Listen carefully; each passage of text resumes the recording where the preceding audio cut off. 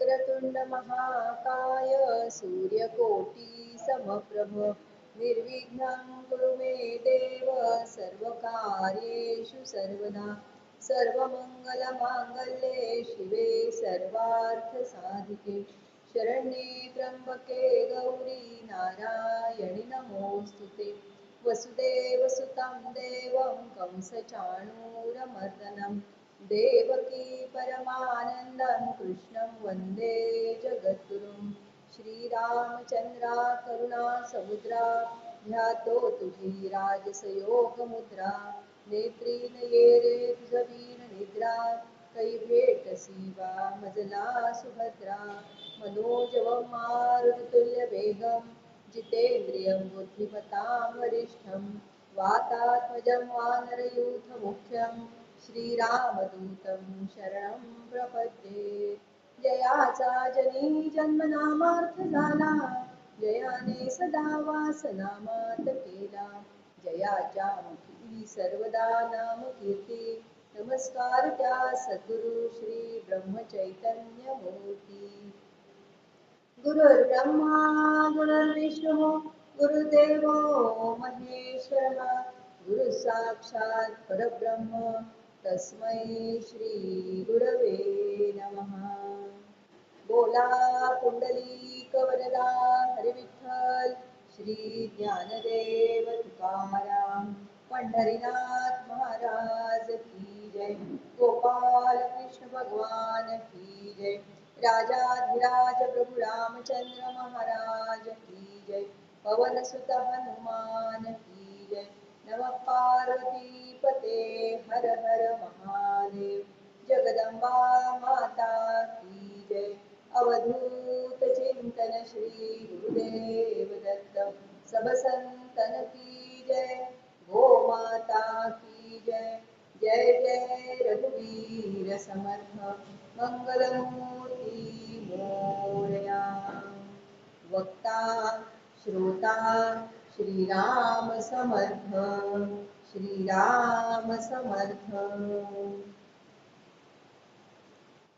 मला वाटतं गेले 4 महिने म्हणजे साधारण 4 प्रवचन आपण श्री गोंदवलेकर महाराज यांनी जो सांगितलेला नाम महिमा ते तो नाम महिमा बघतोय असं म्हणण्यापेक्षा महाराजांनी 365 प्रवचनं लिहिली नाम महिमा सांगण्यासाठी पण त्याच्याबरोबर नाम घेण्याबरोबर आपलं आचरण सुद्धा कसं असावं हेही त्यातून सांगितलं एवढी 365 प्रवचनाचं जे सार आहे की आचरण कसं असावं सदाचरण कसं असावं ते आपल्याला पूज्य बाबा बेलसर यांनी 13 आर्यांमधून सांगितलेलं आहे हो की हाची सुबोध गुरूंचा त्यातली आपली 3री आर्य आता चालू आहे मागच्या महिन्यामध्ये त्या आर्येतला एक छोटा भाग बघितला आपण आर्य आपण सगळ्यांनी म्हणूया आनंदात असावे आळस भय द्वेष दूर त्यागावे हाची सुबोध गुरूंचा अनुसंधाना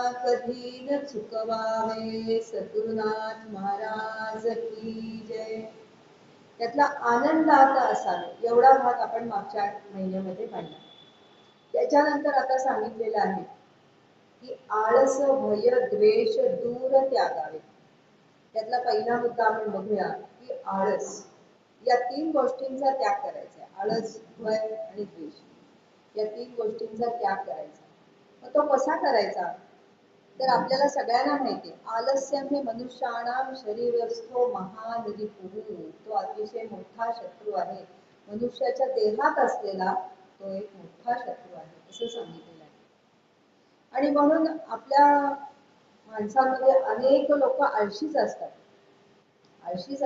खरं तर हा शत्रू आहे आपला सगळ्यात मोठा शत्रू आहे माहिती आहे जे काही लोक असे असतात की त्यांना फक्त झोपाच काढायचे असतात बाकी काही करायचंच नसतं कुठलीही गोष्ट सांगितली तरी नंतर करीन आज नको उद्या करीन म्हणजे थोडक्यात काही करायचं नसतं आणि फक्त झोपच काढायची असते हा अवगुण आहे हे माहीत असून सुद्धा ते असं वागतात किंवा नुसती बसून राहतात ही लोक काही करत नाही आणि परत म्हणतात असेल हरी तर देईल खटल्यावर असे आपली म्हण अगदी जोरात म्हणतात या म्हणीगिरी पाहत असतात सगळं कसा काही देईल हरी खटल्यावरती आपण नुसतंच बसतो तर आपल्याला हातपाय कशाला दिले हेही लक्षात येते म्हणजे थोडक्यात काय, या लोकांना काहीही काम नको असतं, आळशीपणाच असतो. या आळशीपणाचा त्याग केला पाहिजे.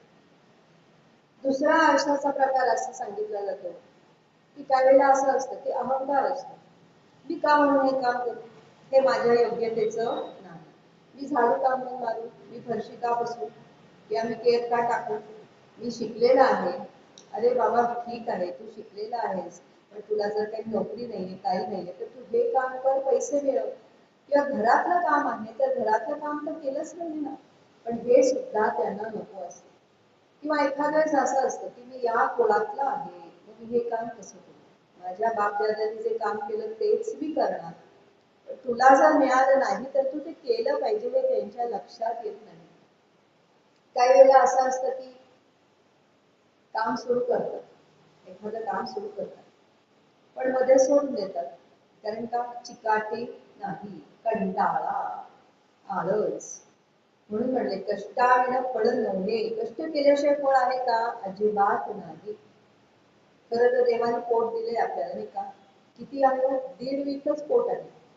पण देव फार चतुर आहे की या पोटासाठी तरी माणसाने हालचाल केली पाहिजे, नाही तर बहुतेक आपण नुसते सुस्तावल्यासारखे पडून राहिलो असतो. म्हणून देवाने पोट दिलेलं आहे की त्या पोटाला भूक लागते, तहान लागते, त्यासाठी तू काहीतरी केलं पाहिजेस. पण मनुष्य काय करतो, आळसाचं जीवन घालवतो. काही लोकांना आयतं खायला हवं असतं. अरे पण आयतं दिलं तरी ते गिळायला लागतच ना, हो की नाही? त्याचे कष्ट सुद्धा नको असतात. बघा, सिंह एवढा वनाचा राजा आहे, जंगलचा राजा आहे, त्याला भूक लागली तर त्याला हरिण पकडण्यासाठी कित्येक किलोमीटर पळावं लागतं त्या हरणाच्या मागे. हे तो राजा असला तरी त्याची भूक भागवण्यासाठी त्याला पळावं लागतं. असं आळशीपणाने बसून आयतं त्याला कुणीही देत नाही.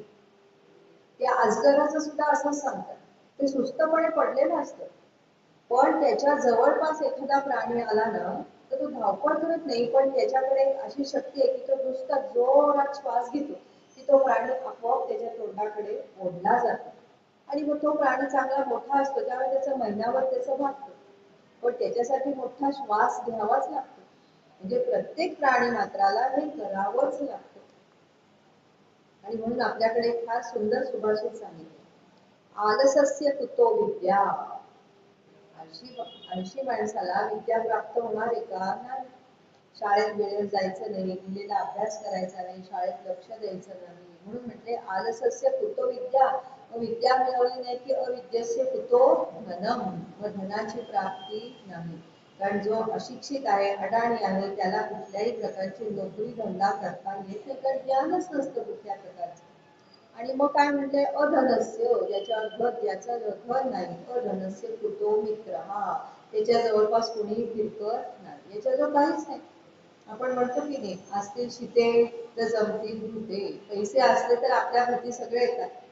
आणि म्हणून म्हटले मग अमित्रस्य कुतो सुखम, मित्र ज्याला नाही, किंवा मित्र असं म्हणण्यापेक्षा सगळे सोयरे नातेवाईक असा सुद्धा अर्थ येतो. त्याला सुख आहे का, नाही. तो एकटा पडतो. तो कसा पडतो, एकटा पडतो. आणि काय सांगितलं आहे, आपलं आरोग्य चांगलं राहावं यासाठी आळशीपणा करून उपयोग नाही. योग्य तो व्यायाम केलाच पाहिजे. कारण व्यायाम केला की शरीर सुदृढ राहतं, शरीर सुदृढ राहतं आणि मनाची सुद्धा सुदृढता चांगली राहते. बघा, छोटे छोटे पशु पक्षी हे सुद्धा किती पळत असतात, धावत असतात. एवढा असा तो चिमणीचा जीव, बुलबुलचा जीव किती उडत असतो, फुलपाखरू किती उडत असतो जोरजोरात, इकडून तिकडे तिकडून इकडे. आळशीपणा आहे का, नाही. पण या माणसाला मात्र आळशीपणा आहे. ती एवढीशी मुंगी, एवढासा साखरेचा दाणा मिळाला की त्याच्या मागे धावत असते, आणि तो मिळाला की तो घेऊन तिचं कुठे बिळ असेल त्या बिळापर्यंत ती धावत असते, तो एवढासा साखरेचा कोण घेऊन. शिवाय तिच्या सगळ्या मैत्रिणींनाही सांगत असते, चला चला तर साखर मिळाली. तिच्या मागे मागे सगळ्या जात असतात. म्हणजे कुठलाही प्राणी पक्षी कसे आहेत, सतत कामात असतात. पण मनुष्याला मात्र हा आळस खूप आहे. म्हणून बाबा म्हणतात, आळस त्याग करावा, आळसाचा त्याग करावा, नाहीतर मग आपल्या हिताची हानी होते, आपलं कल्याण आपण साधू शकत नाही, असं सांगितलेलं आहे. बघा साधी गोष्ट आहे, आपण बाजारातून भाजी घेतली, आपण बाजारातून भाजी घेतली, पालकाची भाजी घेतली, आज घेऊन गेलो घरी, घरी गेल्यावर ती व्यवस्थित जर निवडून ठेवली, फ्रीजला ठेवली, तर त्याचा उद्या उपयोग होतो. पण आळस आळस केल्यामुळे ती भाजी तशीच ठेवलेली पिशवीमध्ये. किती साधी गोष्ट आहे की नाही, पण या साध्या साध्या गोष्टींमधून सुद्धा किती त्रास होतो. ती भाजी उद्याला चांगली राहणार आहे का? राहणार नाही. सगळी ती वाळून जाणार किंवा ती सगळी सडून जाणार, ओली ओली असते. ती भाजी व्यवस्थित घरी गेलं की व्यवस्थित ती उघडून ठेवली पाहिजे, निवडली पाहिजे, फ्रीज मध्ये ठेवली पाहिजे, काहीतरी केलं पाहिजे. पण या जर गोष्टींकडे आपण लक्ष दिलं नाही तर काय उपयोग. म्हणून समर्थ म्हणतात, आळसे राहिला विचार, आळसे बुडाला आचार. कुठलाही विचार आपण करू शकत नाही आणि आपला आचार सुद्धा चांगला राहत नाही. म्हणून म्हटले आळस पहिला त्यागायचा आहे. आळशीपणा फार वाईट आहे. हे झालं आपल्या रोजच्या व्यवहारातलं. हो की नाही? कितीतरी गोष्टी सांगता येतील, पण आपल्या रोजच्या व्यवहारात, रोजच्या दैनंदिन जीवनामध्ये जर आपण असा आळस करत राहिलो तर आपलं कितीतरी नुकसान होतं. मग पूज्य बाबा सांगतायत ते कशासाठी सांगतायत? आपल्या रोजच्या व्यवहारासाठी तर सांगतातच आहे, पण परमार्थासाठी सुद्धा हे आवश्यक आहे. काय? आळसाचा त्याग करणं आवश्यक आहे. आळस केला तर साधना होईल का? नाम होईल का? मी आज नाही घेईन उद्या घेईन असं म्हणून चालेल का? नाही. म्हणून समर्थ काय म्हणाले की क्षणाक्षणाने आपला काळ, आपलं आयुष्य खातो आहे. केव्हा तुम्ही नाम घेणार? आळशीपणा करू नका असं सांगितलेलं आहे. म्हणून म्हटले काय? घटका गेली पळे गेली. काय म्हणतायत? घटका गेली पळे गेली, तास वाजे जणांना, आयुष्याचा नाश होतो राम कारे म्हणा. राम म्हटलंच पाहिजे.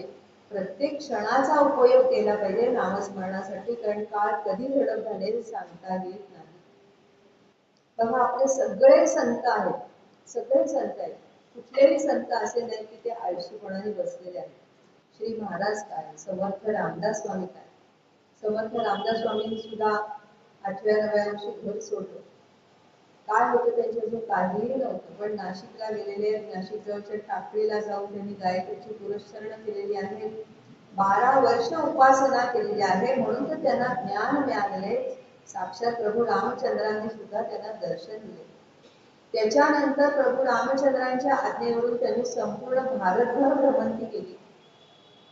आणि भ्रमंती म्हणजे काही मजेसाठी नाही, तर अवलोकन केलेलं आहे. कशाचं? पूर्ण जनतेचं, संपूर्ण भारत देशाचं अवलोकन केलंय.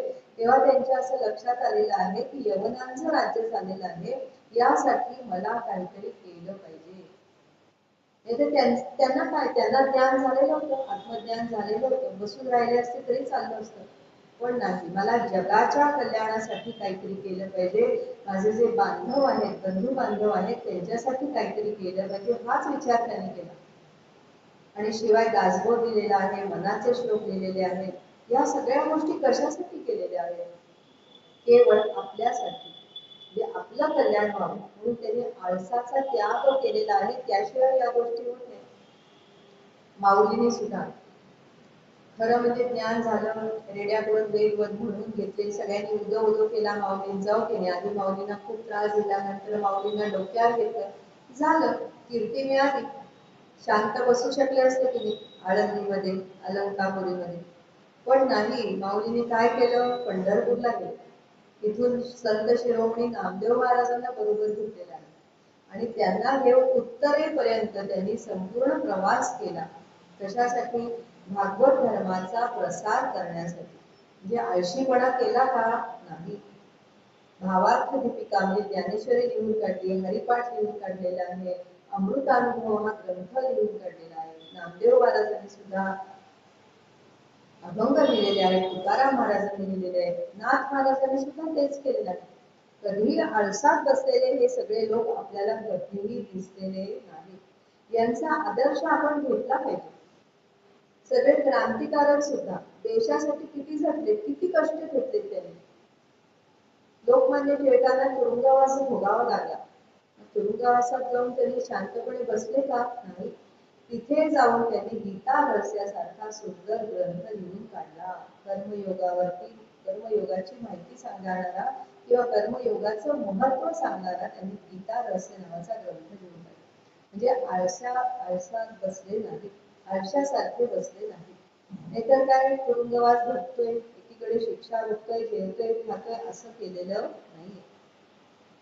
मोठे मोठे आपले जे कीर्तिवंत आहेत, सगळे गायक, लता मंगेशकर आहेत, आशा भोसले आहेत, हृदयनाथ मंगेशकर आहेत, सुमन कल्याणपूर, किती कष्ट घेतले त्यांनी. एक एक गाणं असं सांगितलं जातं की लता मंगेशकरांनी एक एक गाणं 100 वेळा, एक एक शब्द 100 वेळा घेतला, त्याशिवाय त्यांच्या गळ्यातून तो इतका आला नाही. आळस केला का? नाही. नाही तर जसं जमतंय तसं म्हणून असं नाही. म्हणजे सगळे जे कलावंत आहेत, आपले भीमसेन जोशी काय, पंडित भीमसेन जोशी काय, जितेंद्र अभिषेकी, सगळ्यांनी खूप कष्ट घेतलेले आहेत, आळशीपणा केलेला नाही. सगळे खेळाडूही आपले तसेच आहेत. सचिन तेंडुलकर किती खेळ खेळले आणि किती त्याच्यासाठी त्यांनी प्रयत्न केले. म्हणजे जरी उपजत असलं ना तरी सुद्धा त्यासाठी प्रयत्न करावेच लागतात, आळशीपणा करून चालत नाही असं सांगितले. म्हणून म्हटलेलं आहे कष्टाविण फळ नाही. शिवाय जे.आर.डी. टाटा, किर्लोस्कर यांनी एवढ्या मोठ्या इंडस्ट्रीज उभ्या केल्या, त्यामागे काहीतरी त्यांचे प्रयत्न आहेत. त्यांनी त्यांचा पूर्ण वेळ दिला आहे, त्यांचं संपूर्ण आयुष्य त्याच्यासाठी खर्ची घातलेलं आहे, त्यांची बुद्धी सुद्धा त्यासाठी त्यांनी वापरलेली आहे. आणि अशा तऱ्हेने मनुष्याने आळसाचा त्याग करावा, कारण हा आळस शत्रू ठरतो असं सांगितलेलं आहे. आणि फक्त व्यवहारात नाही तर परमार्थासाठी सुद्धा हा उपदेश अतिशय महत्वाचा ठरतो.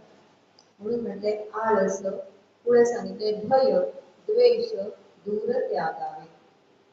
आता आळसाचा अजून एक सांगितलेलं आहे, म्हणजे असं म्हटलेलं आहे नष्टम द्रव्यम लभते कष्ट साध्यम, नष्टा विद्या लभ्यते ह्या संयुक्ता, नष्टारोग्यम सुपचारैः सुसाध्यम, नष्टा वेलाया गता सा गतैव.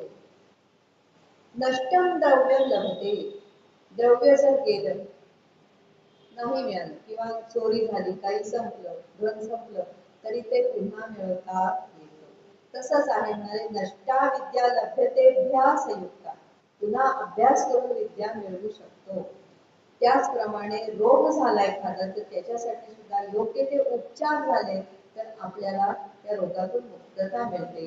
पण म्हणाले गेलेली वेळ परत येत नाही, म्हणून आळस करून चालत नाही. योग्य त्यावेळी योग्य त्या गोष्टी केल्याच पाहिजे. म्हणून सांगितलेले सत्कर्माचा जेव्हा संकल्प आपल्या मनात येतो त्यावेळेला तो संकल्प त्वरित पूर्ण करून टाकावा. उद्याचं काय होईल सांगता येत नाही, आपली मती कधी फिरेल सांगता येत नाही. आणि म्हणून म्हणले दान करायचा संकल्प जर मनात आला तर तो त्वरित करावा, त्या बाबतीत सुद्धा आळस करू नये. म्हणून म्हटले करावी तातडी परमार्थी. अमुक ठिकाणी प्रवचन ऐकायला जायचंय, कीर्तन ऐकायला जायचंय तर जरूर लगेच जावं, त्यात सुद्धा आळशीपणा करून चालत नाही. श्री ब्रह्मचैतन्य गोंदवलेकर म्हणाले सद्गुरू प्राप्तीसाठी किती लहानपणीच घर सोडलं. कुणीतरी रामदास शिकवाने त्यांना सांगितलं सद्गुरू करणं आवश्यक आहे, त्याशिवाय रामाचं दर्शन नाही. म्हणाले का मी मोठा झाल्यात तरी अजून वेळ आहे, मी एकटा कसा जाऊ, नाही, आळस केला नाही. आणि त्यासाठी सुद्धा त्यांनी सबंध भारतभर भ्रमंती केलेली, कुठे कुठे गेलेले आहेत आपले सद्गुरू. पण कंटाळले नाही. कुणी त्यांना खायला देत होतं का, निजायला देत होतं का, कुठे राहायची सोय होती का, जवळ पैसे होते, काहीही नाही, अनवाणी निघालेले होते आणि निराश झाले नाही. मुख्य म्हणजे निराश झाले नाही. अनेक त्यांना महात्मे भेटले, प्रत्येक महात्म्याने सांगितलं, प्रत्येक सत्पुरुषाने सांगितलं, काही ना काहीतरी विद्या दिली, योग शास्त्र शिकवलं, काही स्तोत्र शिकवली, पण मी तुझा गुरु नाही असं सांगितलं. म्हणून कंटाळून गेले नाही, आळशीपणा केला नाही. आणि आळशीपणा केला नाही म्हणूनच सद्गुरू त्यांना भेटलेले आहेत. थोडक्यात ही सद्गुरूंनी परीक्षाच घेतलेली आहे त्यांची. जेवढे आधी ते भेट सगळीकडे फिरत होते, अनेक लोकांपर्यंत पोहोचले होते, प्रत्येकाकडून काही ना काहीतरी शिकत गेले. हे शिकणं सुद्धा त्यांच्यासाठी एक एक पायरी पुढे जात होते. म्हणजे सद्गुरू हे आपल्या शिष्याकडून करून घेतात, त्याशिवाय सद्गुरूची भेट होत नाही. आणि सद्गुरू भेटल्यावर सुद्धा सद्गुरूची सेवा करणं आवश्यक आहे. त्यात आळशीपणा करून चालतो का? आपला मात्र आळशीपणा भरपूर चालतो. सद्गुरूंनी सांगितलेलं आहे काय की किती सोपं साधन दिले, फक्त नाम घ्या. पण आपण त्यात सुद्धा आळशीपणा करतो, अळमटळमपणा करतो, हे योग्य नाही. सद्गुरूंनी म्हणजे नाथ आपल्या गोंदवलेकर महाराजांची त्यांच्या सद्गुरूंनी खूप परीक्षा घेतली, खूप कठीण परीक्षा घेतलेली आहे, त्यात सुद्धा ते कंटाळले. त्याचप्रमाणे नाथ महाराजांनी सुद्धा वयाच्या 8व्या-9व्या वर्षी घर सोडलेलं आहे, सद्गुरूंचा शोध घेतलेला आहे, 12 वर्ष सद्गुरूंच्या घरी राहिलेले आहेत. एका ढब्बू पैशाचा हिशोब लागत नव्हता, तर रात्रभर नाथ महाराज बसलेले आहेत ना, हे उदाहरण आपल्या समोर आहे. म्हणाले का जाऊ देत, एकच पैसा आहे, आपल्या बॅलन्स शीटला जर 1 पैशाचा घोळ असेल तर जाऊ दे, कुठेतरी ऍडजस्ट करू, असं केलं नाही. त्या पैशाचा व्यय कसा झाला, तो खर्च कुठे झाला, याचा हिशोब लागलाच पाहिजे. त्यात आळशीपणा करून चालत नाही, हे त्यांनी जाणलं. आणि म्हणूनच जनार्दन स्वामींनी त्यांच्यावर प्रसन्न होऊन त्यांच्यावर कृपा केलेली आहे. म्हणून आपल्याला भगवंतांनी सुद्धा भगवद्गीतेत सांगितले काय, की मन चंचल आहे, त्यासाठी त्या चंचलपणा कमी करण्यासाठी तुला अभ्यास हा करायलाच पाहिजे.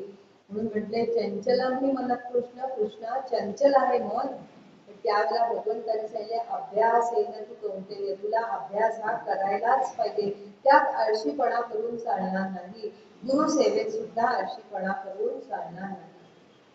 समर्थांचे महान शिष्य होते कल्याण स्वामी. समर्थांना गडावरचं पाणी चालायचं नाही, म्हणून नदीचं पाणी लागायचं प्यायला.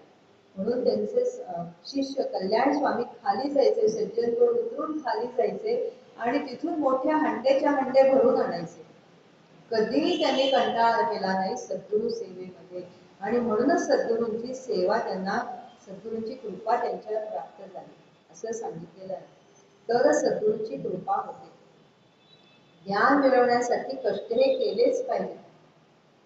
थोडक्यात काय, व्यवहार किंवा आपला रोजचा व्यवहार, दैनंदिन जीवन, यात सुद्धा आळस करून चालणार नाही आणि परमार्थामध्ये सुद्धा आळस करून चालणार नाही. नाहीतर आयुष्य व्यर्थ जातं. यश, कीर्ती, प्रताप यातलं काहीही प्राप्त होत नाही. प्रत्येक क्षण आणि क्षण महत्वाचा. गेलेला क्षण आणि गेलेला कण परत प्राप्त होत नाही असं सांगितलेलं आहे. म्हणून बाबा वेंसरे आपल्याला म्हणतात आनंदात असावे, आळस, भय, द्वेष दूर त्यागावे. म्हणजे आपण आचरणात काय करायचंय की आळशीपणा करायचा नाही. आता आळसानंतर भयाकडे जाऊया. असं एक छान सुभाषित आहे बघा. भोगे रोग भयम, भोगे रोग भयम, कुले च्युती भयम, वित्ते नृपाला भयम, मौने दैन्य भयम, बले रिपु भयम, रूपे जरायाम भयम, शास्त्रे वाद भयम, गुणे खल भयम, आणि काये कृतांतात भयम, सर्व वस्तू भयान्वितम, भूमी नृणाम वैराग्यमेवा भयम. या जगामध्ये सगळीकडे भयच आहे. भय इथले संपत नाही असं म्हटलेलं आहे. बघा ना, रोग होईल, आपल्याला खूप भोग भोगले तर रोग होईल, रोगाचं भय आहे. म्हणाले नंतर काय म्हणाले की कुळाच्या पतनाचं भय आहे. मौन धरलं तर दैन्य बल आहे. कारण आपण जर गप्पच बसलो, कुठे बोललोच नाही, तर आपल्याला दैन्यवाणे प्रमाणे आपल्याला वागावं लागतं. नंतर म्हणाले बल नसेल तर रिपूचं भय असतं, शत्रूचं भय असतं.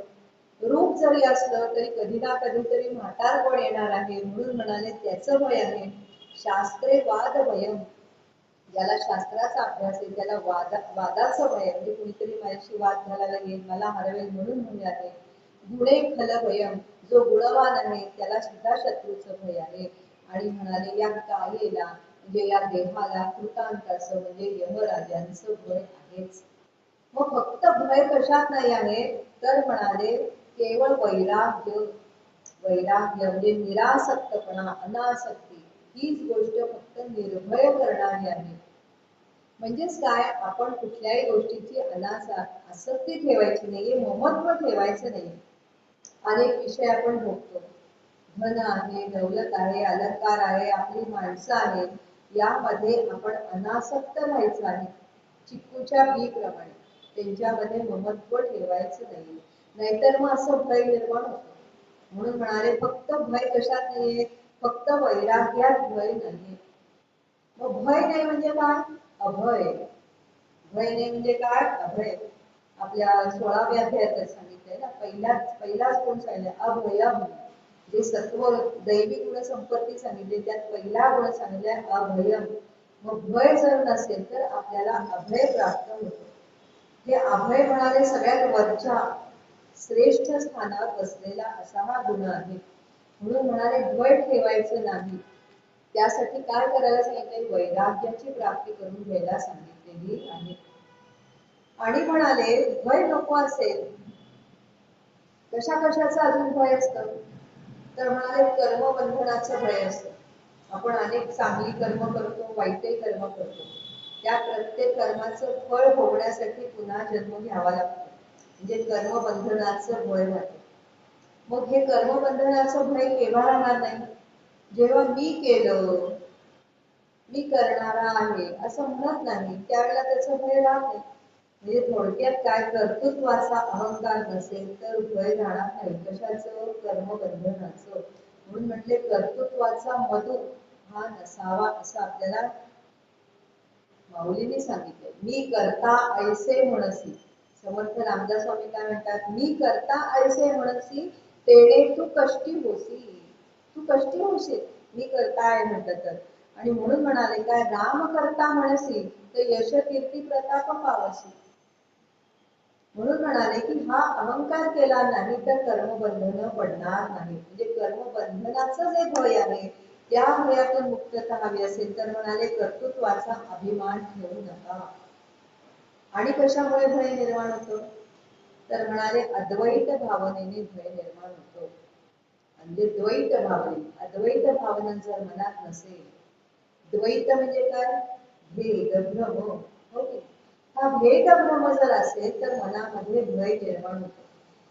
मी आणि भगवंत वेगळे नाहीच, तोच भगवंत माझ्यात आहे आणि सर्व प्राणी मात्रांमध्ये तोच आत्मा आहे असं म्हटलं तर भय राहत नाही. म्हणून म्हटलंय की मनामध्ये अद्वैताची भावना ठेवली की म्हणाले भय राहत नाही. त्यासाठी काय करायचं? अद्वैत भावना मनात ठेवायची. त्यासाठी काय करायचं? 3 गोष्टी सांगितलेल्या आहेत. सगळ्यात पहिली गोष्ट, या जगात माझे काही नाही असं म्हणायचं. कारण कसं असतं, एखादी वस्तू माझी आहे, एखादी वस्तू माझी आहे म्हटलं की ती हरवेल का? ती कोणी घेईल का? म्हणून भय निर्माण होतं की नाही? आपल्या मनामध्ये भय निर्माण होतं की नाही? ती हरवेल का? ती मोडून जाईल का? ती संपून जाईल का? ती माझी आहे म्हटलं की भय निर्माण होतं. पण ती दुसऱ्या कोणाची आहे म्हणताना भय निर्माण होईल का? नाही. मैत्रिणीची एखादी गोष्ट हरवली तर आपल्याला वाईट वाटतं का? फार वाईट वाटत नाही. पण आपली गोष्ट हरवली तर मात्र आपला जीव अगदी कासावीस होतो.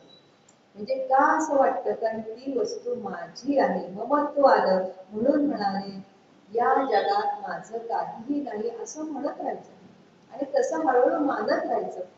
ही पहिली गोष्ट सांगितली. दुसरी गोष्ट काय सांगितली? मला काही नको. मला काही नको म्हणजे काय?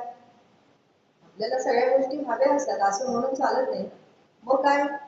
अपेक्षा. मला काही नको म्हणजे अमक्याकडून मला ही गोष्ट हवी, तमक्याने मला गोष्ट ही दुसरी गोष्ट द्यावी, कुणी मला पाणी द्यावं, कुणी मला चहा द्यावा, कुणी मला भेटवस्तू द्यावी. ही जी अपेक्षा आहे ना, ही अपेक्षा चुकीची ठरते. ही अपेक्षा चुकीची ठरते.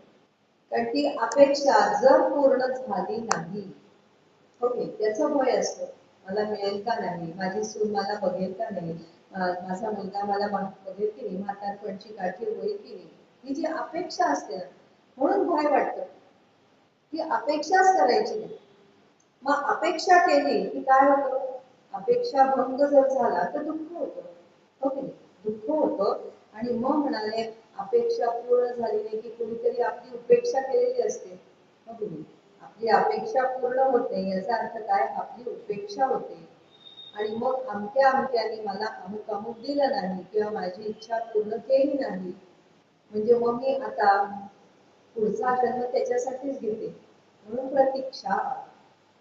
माझ्या सुनेने मला काही दिलं नाही, मग तिचं उत्तर काढायलाच पाहिजे. म्हणून मी आता तिचं उत्तर काढण्यासाठी वाट पाहते, प्रतीक्षा बघते की कधी मला आता तो प्रसंग मिळतोय आणि तिची चांगली जिरवायला मला मिळते आहे, अशी आपण प्रतीक्षा करतो. आणि ती प्रतीक्षा जर या जन्मात पूर्ण नाही झाली तर पुढचा जन्म घ्यावा लागतो. म्हणून म्हणाले काय, या जगात माझं काही नाही. असं म्हटलं की भय राहत नाही, ती वस्तू हरवली तरी काही वाटत नाही. जे आहे ते सगळं कुणाचं आहे, भगवंताचं आहे. आणि अपेक्षा कुणाकडूनही करायची नाही, म्हणजे मला कुणाकडूनही काही नको. आणि तिसरी गोष्ट सांगितली ती म्हणजे या जगात माझा कुणाशी संबंध नाही. संबंधच नाही म्हटल्यावरती काही आहे का, म्हणजे पुन्हा अपेक्षा येतच नाही. माझा कुणाशी संबंध नाही, फक्त कोणाशी संबंध आहे माझा, देवाशी संबंध आहे, बाकी कुणाचाही नाही. असा विचार केला की म्हणाले भय राहत नाही. कारण परमेश्वर पाठीशी आहे ना, त्याच्यावरती आपला सगळा भार सोपवून द्यावा. आपले महाराज काय म्हणतात की एक तो मनुष्य होता, तो एसटीने निघाला होता. एसटीची वाट पाहत होता. पूर्वीच्या काळी ते एसटी स्टँड नव्हता, कुठल्या तरी झाडाखाली बस स्टॉप होता, तिथे तो थांबला होता. डोक्यावरती त्याचं ते गाठोडं होतं ठेवलेलं कपड्याचं. बस आली, बसमध्ये चढला एसटी मध्ये. आता एसटीत बसल्यावर ते गाठोडं तो डोक्यावरच ठेवतो का, नाही ठेवून देतो की नाही कुठे वरच्या फळीवर. तसं म्हणाले आपल्या संसाराचं ओझं त्या भगवंतांवर सोपवून टाकावं. ते सोपवत नाही ना, ते ओझं घेऊन बसतो आपण, ते ओझं घेऊन बसतो. म्हणून ते माझं आहे माझं आहे सोपवायला शिकलं पाहिजे की हा संसार माझा नाही. ही आजूबाजूची जी माणसं आहेत ना, ती सुद्धा माझी नाही, ती त्याने दिलेली आहे. त्यामुळे त्यांच्याशी तसंच वागायला पाहिजे की ही कोणी दिली आहे, देवाने दिली, ही देवच आहे. म्हणजे हा सगळा संसार कोणाचा आहे, परमेश्वराचा आहे. यातूनच आपल्याला वैराग्य निर्माण होतं. मुळात माझं काही नाही, मला काही नको आणि माझा कुणाशी संबंध नाही, अशी जर मनात भावना आली तर आपोआप मनात वैराग्य निर्माण होतं. आणि वैराग्यच आपण मगाशीच बघितलं ना, या जगात वैराग्य ही एकच गोष्ट अशी आहे की त्याला भय कशाचंही नाही. आपल्याला अपेक्षा असतात ना, हे मिळावं ते मिळावं. संतांना काही असते का अपेक्षा, माऊलींना कुणी काही म्हणावं अशी अपेक्षा होती का, नाही. कितीतरी त्रास दिला त्यांना, पण अपकार करणाऱ्यांवरती सुद्धा ते उपकार करतात. कारण का, त्यांच्याकडे दया, क्षमा, शांती हे गुण असतात. आणि मुख्य म्हणजे वैराग्य असतं, वैराग्य असतं. म्हणून म्हणजे वैराग्य जर असेल तर आपल्याला भयाची भीती नाही, भयाची भीती नाही असं सांगितलेलं आहे. आणि नेहमी चांगलाच विचार करावा. ओके, मला अमुक एक होईल, मग माझं बीपीच वाढेल का, मग मी एकटीच बसले घरात, आता मला काय होईल. म्हणून खूप लोक घाबरून असतात, रस्त्यावर जात नाही, घरात कोणी नाही म्हणून भीती. भ्यायची काहीच जरूर नाही, कधी ना कधीतरी हा देह जाणारच आहे. शेवटी देह जाणारच आहे ना, आज नाही उद्या, कोणी असलं काय नसलं काय. म्हणजे ह्या देहाचं सुद्धा भय वाटतं ना आपल्याला. म्हणजेच सांगितलं मगाशी तसं की माझं काही नाही, म्हणजे या बाकीच्या घरातल्या वस्तू तर नाहीतच, पण हा देह सुद्धा माझा नाही. असं म्हटलं की भय राहणार आहे का, मग तो कुठे पडणार आहे, काय होईल त्या देहाला, काहीही काळजी वाटत नाही. म्हणून म्हटले हे भयही नसावं, यासाठी विचार नेहमी चांगला करावा, सकारात्मक विचार करावा. अमुक एक गोष्टीचं मी काम करावे, एखादी गोष्ट मी करायला घेतली, नामस्मरण करायला घेतलं, किंवा एखादी साधना मला गुरुंनी सांगितलेली करायला घेतली, ती माझ्याकडून पूर्णत्वाला जाईल का नाही, तर नाही जाणार असं म्हणायचं नाही, हो जाईलच, जाईलच. कारण माझे सद्गुरू माझ्या पाठीशी आहे, माझा परमेश्वर माझ्या पाठीशी आहे ना, मग तो करून देईलच. असा जर सकारात्मक विचार केला तर आपल्याकडून ती गोष्ट नक्कीच होईल. बघा, गंगावतरणाच्या कथेमध्ये 3 पिढ्या कशी घातलेल्या आहेत. अंशुमान राजा, त्याने घोर तपश्चर्या केली. तो म्हणाला का, माझ्या आयुष्यात हे जमेल की नाही माहिती नाही, गंगा मैयेला खाली आणलं, पण त्यांनी घोर तपश्चर्या केली. त्याच्या आयुष्यात ते गंगा मैया प्रसन्न झाली नाही, व त्याचा मुलगा गेला दिलीप, त्यांनी तपश्चर्या केली. त्या दिलीपाने असं म्हटलं का, माझ्या वडिलांना जमलं नाही, मला कशाला जमते, मी नाही हे सोडून देईल, म्हटलं का नाही.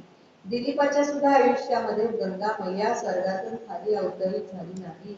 मग भगीरथाने सुद्धा प्रयत्न केले आणि गंगा मैया अवतरित झाली. म्हणजे नेहमी सकारात्मकच विचार करावा की हे होईलच, आज नाही घडलं उद्या नाही घडलं तरी परवा नक्कीच होईल, माझ्याकडून नाही झालं तरी माझ्या पुढच्या पिढीकडून हे नक्की होईल, असा जर प्रत्येकाने विचार केला. आता क्रांतिकारकांचंच आपण उदाहरण घेऊया. त्यांच्या आयुष्यात त्यांना भारताचं स्वातंत्र्य बघायला मिळालं का? नाही बघायला मिळालं. पण त्यांनी का प्रयत्न केले? केवळ पुढच्या पिढीला, आपल्या भारतातल्या पुढच्या पिढीला हे स्वातंत्र्य मिळावं याकरताच. म्हणजे सकारात्मक जर विचार केला तर भय राहत नाही, कुठल्याही गोष्टीचं भय राहत नाही. ठीक आहे, मला फाशी होईल, होऊ दे, पण पुढच्या पिढीला तरी त्याचा उपयोग होईल ना. म्हणून सकारात्मकच आपण नेहमी विचार करावा. अजून एक दृष्टांत नेहमी सांगतात यासाठी, की दोन शिष्य होते, एका गुरुकडे गेले ज्ञान द्यायला. काही दिवस राहिले, गुरु काही ज्ञान देईनात. लगेच काय गुरु गेल्यावर ज्ञान देतात का? आधी तिथे राहावं लागतं, गुरुची सेवा करावी लागते. असे बरेच दिवस गेले, बरेच महिने गेले. एका शिष्याने विचारलं गुरुंना, तुम्ही आम्हाला ज्ञान कधी देणार? गुरु म्हणाले, तुम्हाला ज्ञानाची हे लागेल ना, काळजी लागेल ना, कधी मिळणार ज्ञान? म्हणाले, तुम्ही ज्या झाडाखाली उभ्या आहात ते झाड आहे पिंपळाचं. त्या पिंपळाच्या झाडावर किती पानं आहेत? तेवढी वर्ष म्हणाले लागतील. तुम्हाला ज्ञान प्राप्त करायला तेवढी वर्ष लागतील. किती? जेवढी झाडावरती पिंपळाची, म्हणजे पिंपळाच्या झाडावर किती पानं आहेत तेवढी वर्ष लागतील. तो शिष्य म्हणाला, अरे बापरे, त्याच्यावर लाखो पानं आहेत, मी काय लाख वर्ष जगणार आहे का? नाही, म्हणजे पुढचे किती जन्म माझे असेच जाणार. नको म्हणाले, ज्ञान नको, काही नको, त्यापेक्षा इथून निघून जाऊ. पण दुसरा शिष्य होता, त्याने मात्र सकारात्मक विचार केला. एवढेच वर्ष का म्हणाले? काहीच हरकत नाही म्हणाले. एवढेच वर्ष करायचंय ना, काही हरकत नाही, मी करीन तेवढा प्रयत्न, मी तेवढी वाट बघीन, मी तेवढी प्रतीक्षा करीन. म्हणजे जर आपल्याला एखादी चांगली गोष्ट हवी असेल तर सकारात्मक विचार केला तर मग काहीच प्रश्न नाही. अरे बापरे, असं म्हटलं की भय निर्माण झालं, हे काय माझ्याच्यानं होणार आहे का? माझ्याच्यानं कधीच होणार नाही. हे चांगली गोष्ट जर घडायची असेल, यश प्राप्त करायचं असेल, कीर्ती प्राप्त करायची असेल तर त्यासाठी काही वेळ जावाच लागतो. त्या बाबतीत भय निर्माण होऊन काही उपयोग नाही, माझ्याच्यानं हे होणार नाही असं म्हटलं की तिथे सगळं संपलेलं असतं. म्हणून म्हणाले, सकारात्मक विचार आपण जेवढा करू ना तेवढं चांगलं असतं असं म्हणतो. म्हणजे मग भय राहत नाही. मग भयाचा त्याग कसा करायचा याचा आपण विचार केला. आता म्हणाले, द्वेष आनंदात असावे, भय आळस भय द्वेष त्यागावे. दोन गोष्टी कशा त्यागायचा याचा आपण विचार केला. आता तिसरी गोष्ट म्हणजे द्वेष कसा त्यागायचा हे बघायचं. द्वेष कधी निर्माण होतो आपल्या मनामध्ये? ज्या वेळेला आपल्याला एखादी गोष्ट प्राप्त होत नाही, हवी असते, इच्छा असते की अमुक एक गोष्ट मला मिळावी किंवा मला चांगले मार्क मिळावेत असं आपल्याला वाटतं आपण ज्यावेळेला शिक्षण घेतो त्यावेळेला. पण अपेक्षा एवढे जर मार्क मिळाले नाही, पण आपल्या मैत्रिणीला किंवा आपल्या मित्राला जर तेवढे मार्क किंवा आपल्यापेक्षा जास्त मार्क मिळाले तर आपल्या मनात त्या मित्राबद्दल किंवा त्या मैत्रिणीबद्दल द्वेष निर्माण होतो. पण काही उपयोग आहे का द्वेष निर्माण होतो? मग त्यापेक्षा आपण आपलंच मागे वळून बघावं, सिंहावलोकन करावं. सिंह कसा असतो? थोडस अंतर गेला की मागे वळून बघतो, तसं आपण सुद्धा आपल्या आयुष्यात थोडं मागे वळून बघावं. काय? की मला मार्क चांगले मिळाले नाही किंवा मला एखादी गोष्ट प्राप्त झाली नाही, का बरं प्राप्त झाली नाही? मी कुठेतरी कमी पडले असेल, माझ्यात काहीतरी दोष आहे असा विचार केला तर आपल्याला जिला चांगले मार्क मिळाले तिच्याबद्दल द्वेष निर्माण होईल का? नाही. हा विचार करा. म्हणजे द्वेष केव्हा निर्माण होतो? ज्या वेळेला आपण स्पर्धा करतो त्यावेळेला. म्हणून कुणाशी स्पर्धा करू नये. जरूर बघावं की आपली मैत्रीण चांगली आहे, तिने चांगले मार्क मिळाले, तिचं कौतुक जरूर करावं, पण तिचा द्वेष नाही करायचा, तिच्याबरोबर स्पर्धा नाही करायची. स्पर्धा कशी करायची असेल तर तिने काय केलं, माझ्यापेक्षा तिने काय जास्त केलं, तिने कुठले कष्ट केले, तिने कुठला वर्ग लावला, कुठला क्लास लावला, ती पहाटे उठत होती, मी करत होते का? म्हणजे आपल्यातले दोष आपण शोधले तर आपल्याला कुणाबद्दल द्वेष वाटणार नाही. अशा तऱ्हेने द्वेषाचा त्याग करायचा. प्रभू रामचंद्र काय, लक्ष्मणजी काय, भरतजी काय, एकमेकांचे सख्खे भाऊ होते. किती त्यांच्या आयुष्यात वेगवेगळ्या घटना घडल्या. एकमेकांबद्दल द्वेष निर्माण व्हावा अशा सगळ्या गोष्टी होत्या, पण त्यांनी कधीही एकमेकांबद्दल राग धरला नाही.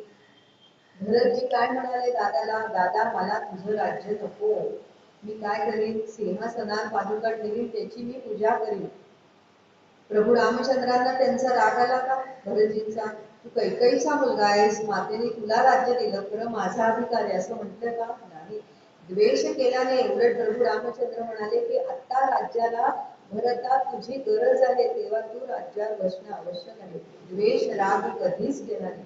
हेच आपण या सगळ्या लोकांकडून शिकायचं आहे की द्वेष करायचा नाही. बघा त्या गोपिकांना ती बासरी किती भगवंतांजवळ आहे, जवळ आहे ते बघायचे त्या, की हा कृष्ण या बासरीला सारखा जवळ ठेवतो. जेवायला बसला तर जवळ ठेवतो, वाजवायला घेतला तर ओठावर ठेवतो, झोपला तरी आपल्या कुशीत घेऊन झोपतो. ती त्याची पट्टराणी झाली. पण त्या बासरीचा द्वेष नाही त्याने केला. उलट त्या बासरीला प्रश्न विचारला की तू काय बाई केलंस, अशी कुठली उपासना तू केलीस, अशी भक्ती तू एवढी थोर भक्ती कशी केलीस की तू प्रभूंची लाडकी झालीस, असा प्रश्न केला. मग त्या बासरीने जे सांगितलं ते या गोपिकांनी ऐकलं, पण तिचा द्वेष कधी केला नाही. म्हणून म्हटले द्वेष कधी करायचा नाही. मग द्वेष कधी वाटतो? ज्यावेळेला आपण आसक्त होतो, ममत्व ठेवतो, त्याच वेळेला आपल्याला द्वेष वाटतो. म्हणजे मनामधल्या वासनांचा जर आपण त्याग केला तर द्वेष वाटणार नाही. आणि वासना जर पूर्ण झाली नाही की क्रोध हा आलाच, हो की नाही? क्रोध हा आलाच. काम एष क्रोध एष रजोगुण समुद्भव असं म्हटलेले. हा काम, कामना, याच्यामुळेच क्रोध निर्माण होतो. आणि ही कामना कशी आहे म्हणाले? महाशनो, महाअग्नी येतो, अग्नीमध्ये किती खायला घातलं, किती हरितद्रव्य घातलं तरी तो जेवढा फुलत राहतो. तशी कामना आहे. ही कामना कितीही पूर्ण करायचा प्रयत्न केला तरी ती वाढतच जाते आणि महापापमा म्हणजे ही पाप करायला लावते. म्हणून म्हणाले द्वेष सोडून द्यायचा आहे. म्हणून समर्थ काय म्हणतात? राग मनात नसावा, नको रे मना क्रोध हा खेदकारी. राग येणार नाही का? षड्रिपू आहेत आपल्याला दिलेले म्हणजे राग येणारच, पण तो राग आपल्यावरतीच असावा. मी कशी काय अशी झाले, मी कुठे आळशीपणा केला, आला परत आळशाचा गुण आला, आळस नको केले, मी आळशीपणा केला म्हणून असं झालं, मला चांगले मार्क मिळाले नाही, मी कमी पडले. म्हणजे रागवावं ते आपल्यावरतीच रागवावं, दुसऱ्या रागून काही उपयोग नाही. आपल्या अपयशाचं खापर दुसऱ्या फोडून काही उपयोग आहे का? नाही. मी एवढी चांगली वागते तरी सुद्धा देवाने मला काहीच दिलं नाही, असा कसा देव, असं वाटतं आपल्याला, हो की नाही? यासाठी आपण सृष्टीचा नियम जाणून घेतला पाहिजे. काय? की पेरिले तैसे उगवते, उसिणे द्यावे घ्यावे लागते. मी आता जरी खूप चांगले वागत असले आणि मला जर दुःख भोगावं लागत असेल तर याचं कारण काय आहे? मी मागच्या जन्मात किंवा या पूर्वीच्या काळात माझ्या पूर्व आयुष्यात काहीतरी वाईट कर्म केलेलं आहे, म्हणून मला हे भोग भोगावे लागत आहे. म्हणून दुसऱ्यावरती त्याचं खापर फोडून चालणार नाही. म्हणून रागवायचं असेल तर आपल्यावरती रागवावं. म्हणून समर्थ म्हणतात नको रे मना क्रोधा खेदकारी, खेद निर्माण होईल, दुःख निर्माण होईल असा राग नको. नको रे मना कामना विकारी, कामना, कामना विकारी, विकार निर्माण होतील अशा कामना नको. आणि म्हणाले नको रे मना लोभ हा अंगीकारू, लोभावरती मात करा. कुठली गोष्ट आपली जेवढी गरज आहे त्या गरजेपेक्षा हवी वाटणं याला म्हणायचं लोभ. हा लोभ फार वाईट आहे. आणि म्हणून म्हणते नको रे मना मत्सरू दंभ भारू, मत्सर करू नये, कधीही कोणाबद्दल द्वेष ठेवू नये आणि मत्सर ठेवू नये, तरच नामस्मरण आपल्याला करायला जमतं. या तीन गोष्टींचा त्याग करायला सांगितले, आळस, भय आणि द्वेष. त्याशिवाय मनाला शांती मिळणार आहे का? मनाला शांती मिळणार नाही. एखाद्याबद्दल राग आहे मनात, एखाद्याबद्दल द्वेष आहे, तर आपलं मन नामस्मरणात रंगून जाणार नाही. म्हणून म्हटले द्वेष नको आहे आणि भय पण नको आहे. मग भय जाण्यासाठी आपण बघितलं परमेश्वरावरती पूर्ण विश्वास ठेवून द्यावा, म्हणजे मग आपल्याला भय राहत नाही. म्हणजेच काय, आळस, भय, द्वेष हे जे 3 अवगुण सांगितलेले आहेत, हे अवगुण आपल्यामध्ये का येतात, तर देहासक्तीमुळे. देहाची आसक्ती, हा देह माझा आहे, त्याला काही झालं तर म्हणून भय आलं. नंतर काय सांगितलं, हा देह माझा आहे याच्याबद्दल आसक्ती वाटते, हो की नाही. मग ह्या देहाला मी फार श्रम देणार नाही, म्हणजे आळस आला. मग या आळसाचा सुद्धा त्याग करायचा आहे. आणि या देहाला यश मिळालं नाही म्हणून आपण एखाद्याचा द्वेष करतो. म्हणून म्हणाले आळस, भय, द्वेष हे देहासक्तीवरून निर्माण होतात. म्हणून म्हणाले देहबुद्धी ते आत्मबुद्धी करावी. म्हणजेच थोडक्यात मी देह नाही, मी आत्मा आहे, अशी जर भावना आपण मनात ठेवली तर आपल्याकडचे हे जे अवगुण आहेत या 3 अवगुणांचा नाश होईल असं सांगितलेलं आहे. आणि या अवगुणांचा नाश करायचा असेल तर आपल्याला पुढे आपल्याला बाबा म्हणतायत काय, आनंदात असावे, आळस, भय, द्वेष दूर त्यागावे. दूर त्यागा, दूर फेकून द्यावे, ते नाम फेकून द्यावे. आणि हाच सुबोध गुरूंचा काय करावं त्यासाठी, अनुसंधाना कधी न चुकवावे. अनुसंधान, कुणाशी अनुसंधान, परमेश्वराशी अनुसंधान. लहान बाळ कसं असतं, सारखं आई आई आई करत असतं की आईच्या पाठीमागे पाठीमागे असतं, म्हणजे आईशी त्याचं सतत अनुसंधान असतं. अनुसंधानाचा अर्थ काय, संधान म्हणजे जोडणे, सांधा आपण म्हणतो की संधान म्हणजे जोडणे, आणि अनुसंधान म्हणजे पुन्हा पुन्हा जोडलं जाणं. कुणाशी जोडायचं आहे, तर भगवंतांशी जोडलं जाणं. म्हणून म्हटलंय अनुसंधाना कधी न चुकवावे असं सांगितलेलं आहे. एक नेहमी दृष्टांत दिला जातो. आता हल्लीच्या काळात की आपल्याला नदीवरून पाणी आणायला लागत नाही. पूर्वीच्या काळी बायका जायच्या नदीवर पाणी आणायला, एकावर एक 2 हंडे असायचे, 3 सुद्धा असायचे, शिवाय काखेत एक कळशी असायची. आणि येता येता त्या गप्पा मारत यायच्या, येता येता गप्पा मारत असायच्या, पण डोक्याचे हंडे कधी हलायचे नाहीत, भरलेले असते तरी कधी हलायचे नाहीत, पडायचे नाहीत, डुलायचे नाहीत. का, त्यांचं सारखं लक्ष तिकडे पण असायचं. म्हणजे एकीकडे गप्पा असतील पण लक्ष मात्र हंड्यांकडे असायचं. म्हणजे अनुसंधान, याला म्हणायचं अनुसंधान.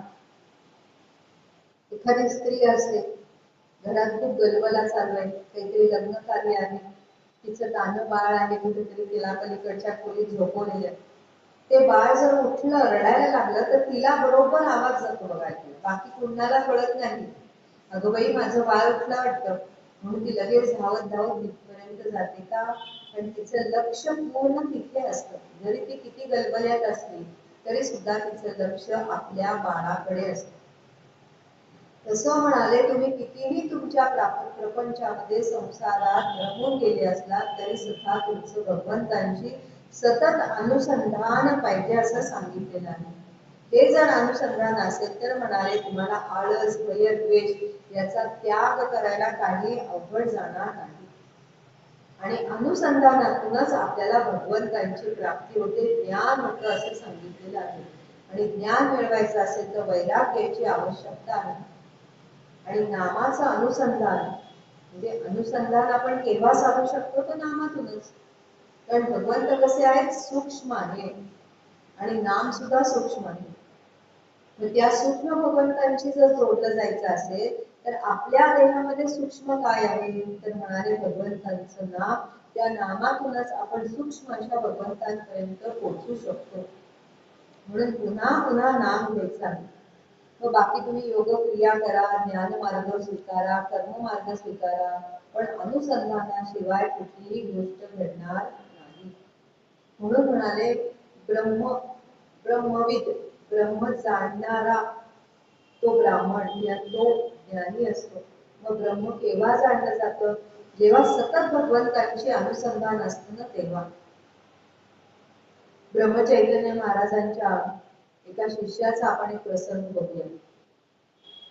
एक शिष्य होते महाराजांचे, नामस्मरण करायचे, महाराजांनी नाम दिलेलं होतं, 24 तास नाम घ्यायचे, कधी नामामध्ये खंड पडायचा नाही. त्यांना अर्धांगवायू झालं, अर्धांगवायूचा झटका आला. पण मनामध्ये नाम चालूच होतं, मुखामधून नाम सतत चालू असतं, देह काम करत नव्हता. आणि आता आपली देह विकलित झाला की आता काही होणार नाही, आता बहुतेक यांचे दिवस संपत आलेले आहेत, काही दिवसच राहिलेले आहेत असं लक्षात आलं. त्यावेळेला त्यांना गोंदवल्याला आणलं, गोंदवल्याला आणलं आणि महाराजांच्या मांडीवरती त्यांचं मस्तक आहे. महाराजांनी स्वतःच्या जवळ त्यांना झोपवलेलं आहे, महाराजांच्या मांडीवर मस्तक आहे. महाराजांनी ओळखलं की आता काही यांचे प्राण राहत नाही. आणि मग महाराजांनी, म्हणजे त्यांच्या मुखामध्ये सतत नाम चालूच होतं, माळ चालूच होती. आणि मग काही वेळाने असं झालं की महाराजांच्या लक्षात आलं की आता हे यांचे प्राण देहातून बाहेर पडणार आहेत. त्यावेळेला महाराजांनी त्यांचं मस्तक हळूच खाली ठेवलं आणि ते रामापुढे जाऊन बसले. आणि महाराज रामापुढे जाऊन बसले, पण त्यांनी आपल्या बाकीच्या लोकांना सांगून ठेवलं होतं काय, की तुम्ही एक लक्ष ठेवा, बघा यांचे टाळू फुटलेली आहे. त्या अर्धांगवायू ज्यांना झालेला होता त्यांची टाळू फुटलेली आहेत, त्यातून यांचे प्राण बाहेर जाणार आहेत. आणि तसंच झालं, थोड्या वेळाने त्यांचे प्राण बाहेर पडले, पण ते टाळूतून बाहेर पडले. साधारण आपले प्राण कुठून बाहेर पडतात, आपल्या या नव इंद्रियांमधून बाहेर पडतात, पण त्यांचा प्राण मात्र टाळूतून बाहेर पडला. तेव्हा श्री महाराजांनी असं सांगितलं की एखादा योगी जेव्हा असतो, योग मार्ग करणारा, त्याचे प्राण टाळूतून बाहेर पडतात, ब्रह्मरंध्रातून बाहेर पडतात. पण हे योग करू शकत होते का? योग साधना कधीच केली नाही. आणि अर्धांगवायू यांना झालेला होता, अशा वेळी यांनी फक्त नामस्मरण केलेलं आहे, म्हणजे सतत भगवंतांचे अनुसंधान साधलेलं आहे. तरी सुद्धा त्यांना योग क्रिया करणाऱ्या मनुष्याप्रमाणे मृत्यू प्राप्त झालेला आहे, म्हणजे ब्रह्मरंध्रामधून त्यांचे प्राण बाहेर पडलेले आहेत. ही घटना फक्त एखाद्या योग्याच्याच आयुष्यात घडू शकते. याचाच अर्थ महाराजांनी काय सांगितलंय की नामातून सुद्धा तुम्ही योग क्रिया साध्य करू शकता, एक योगी तुम्ही होऊ शकता आणि भगवंतांशी तुम्ही जोडले जाऊ शकता.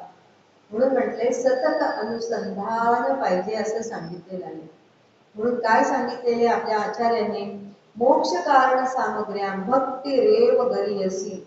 मोक्षाची जेवढी साधनं आहेत ना, त्याच्यामध्ये भक्ती मार्ग हा श्रेष्ठ आहे. आणि भक्ती मार्ग कसा श्रेष्ठ, तर म्हणाले स्वस्वरूपानुसंधान भक्तिरित्यभिधीयते.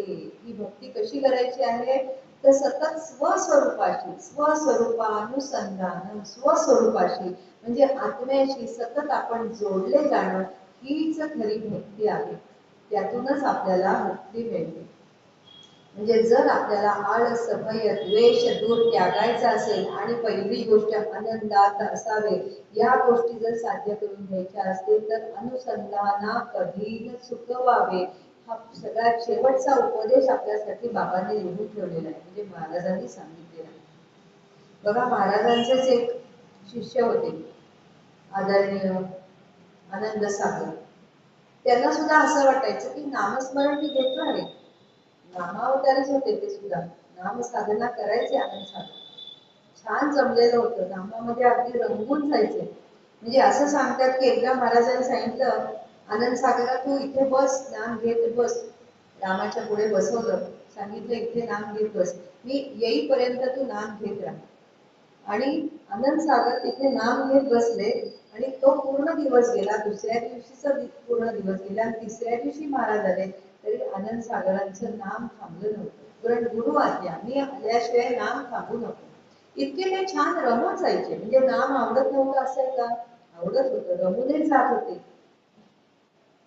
पण तरी सुद्धा त्यांना असं वाटायचं की योग क्रिया सुद्धा शिकली पाहिजे, योग मार्गही शिकला पाहिजे. म्हणून त्यांनी महाराजांवर तशी आपली इच्छा व्यक्त केली की मला योग मार्ग सुद्धा शिकायचा आहे. महाराज म्हणाले काही हरकत नाही, तुला शिकायचे तर जा. तो कुणाकडे पाठवलं तर आपल्याला एखाद्याच माहित असेल, आळंदीला नृसिंह सरस्वतींचा आश्रम आहे. आळंदीला ते नृसिंह सरस्वती मोठे योगी होते, त्यांच्याकडे महाराजांनी आनंद सागरांना पाठवलं. आले आहेत आनंद सागर आळंदीला आलेले आहेत, नृसिंह सरस्वतींकडे आलेले आहेत.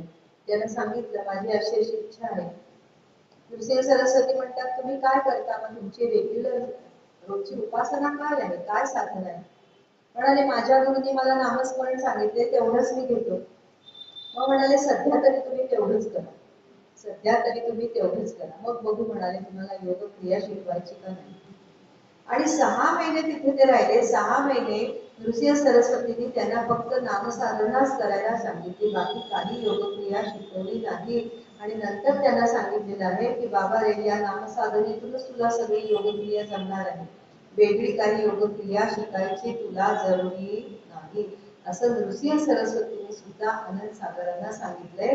कारण ज्या वेळेला मनुष्य नाम घ्यायला लागतो आणि एकाग्र चित्ताने नाम घ्यायला लागतो, त्यावेळेला भगवंतांची मूर्ती, भगवंतांचं रूप त्याच्या डोळ्यासमोर आपोआप उभं राहतं आणि तो त्या रूपाशी एकरूप होतो, त्याचं ध्यान लागतं. मग अजून योगक्रियेमधून वेगळं काही असतं का? काहीच वेगळं नाही. ध्यान करतो म्हणजे काय, त्या परमेश्वराचं रूप डोळ्यासमोर आणून त्याच्याशी एकरूपता आणणं हेच ध्यान आहे. योगक्रियेतून हेच साध्य होतं. आणि नामसाधनेतून म्हणजे थोडक्यात अनुसंधानातून भगवंतांचं नाम घेत त्याच्याशी अनुसंधान साधलं की आपोआप डोळ्यासमोर त्यांचं रूप डोळ्यासमोर येतं आणि त्या रूपाशी तो नाम घेणारा तो त्याच्याशी एकरूप होऊन जातो. म्हणजेच थोडक्यात त्या नामीशी एकरूप होऊन जातो. म्हणून म्हटलं आहे की जो नाम घेणार आहे तो नामीशी एकरूप होऊन जातो, त्याचं स्वरूप त्याला प्राप्त होतं. म्हणून सांगितले आहे अनुसंधाना कधी न चुकवावे असं सांगितलेलं आहे. अनेक गोष्टी आपल्याला सांगता येतील.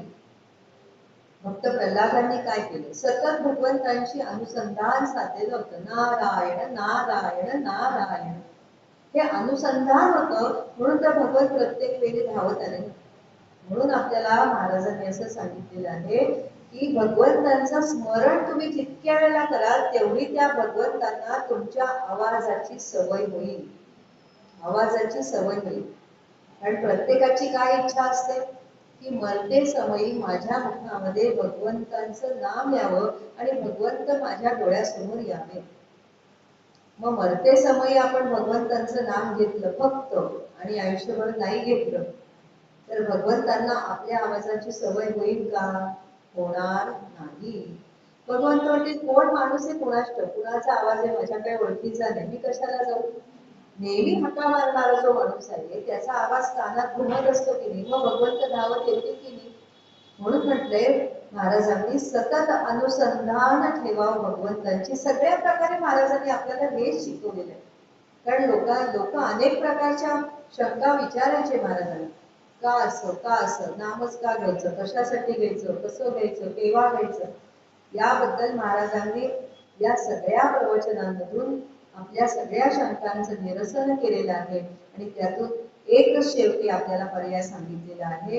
काय म्हणाले, अनुसंधाना कधी न चुकवावे. म्हणून आपल्याला बाबासाहेब बेलसरांनी सांगितलेलं आहे काय, आनंदात असावे आळस भय द्वेष दूर त्यागावे, हाची सुबोध गुरुचा अनुसंधाना कधी न चुकवावे. म्हणजे अनुसंधानाला आपण जरी चुकवलं नाही, सतत नामस्मरण केलं तर आपल्या मनात कधी आळस येणार नाही, कारण आपण अनुसंधानात आहोत, आपल्याला ती सवय होईल दुःखाला. नंतर म्हणाले भय निर्माण होईल का? नाही, कारण मी जेवढं भगवंतांचं नाम घेईन तेवढा भगवंत माझ्या पाठीशी आहेच आहे. ध्रुवबाळ काय म्हणाला आईला, आई तू दिलेलं नारायणाचं नाम आहे ना, ते नारायणाचं नाम जो घेतो त्याला कशापासून भय आहे का? नाही. तसंच आपलं होतं की जेवढं आपण भगवंतांचं नाम घेऊ तेवढे भगवंत आपल्या पाठीशी आहेत. काय म्हणाले स्वामी, तू भिवू नकोस, म्हणजे भय नको ठेवू. हो की नाही, भयचा अर्थच आहे, पण तेव्हा मी तुझ्या पाठीशी आहे हे तू विसरू नकोस, पण त्यासाठी सतत माझं स्मरण कर, हे स्वामींनी आपल्याला सांगितलेलं आहे. आणि अशा तऱ्हेने या आर्येचा आपण अर्थ मागच्या आणि या प्रवचनातून उलगडलेला आहे. आता पुढच्या महिन्यात आपण पुढची आर्या घेणार आहोत. तोपर्यंत आपण इथेच थांबूया. ही आपली तिसरी आर्या इथे झालेली आहे. पुढच्या महिन्यामध्ये चौथी आर्या काय आहे ती समजून घेऊया की नाम घेण्यासाठी सदाचरणाने कसं वागावं हेच आपल्याला पूज्य बाबा बेलसरांनी या सगळ्या 13 आर्यामधून आपल्याला सांगितलेलं आहे. धन्यवाद. जे काही आपल्याला आवडलं योग्य वाटलं ते सद्गुरूंनी माझ्याकडून करून घेतलं. कुठे मी चुकले असेल तर त्याबद्दल आपण मला क्षमा करावी. धन्यवाद.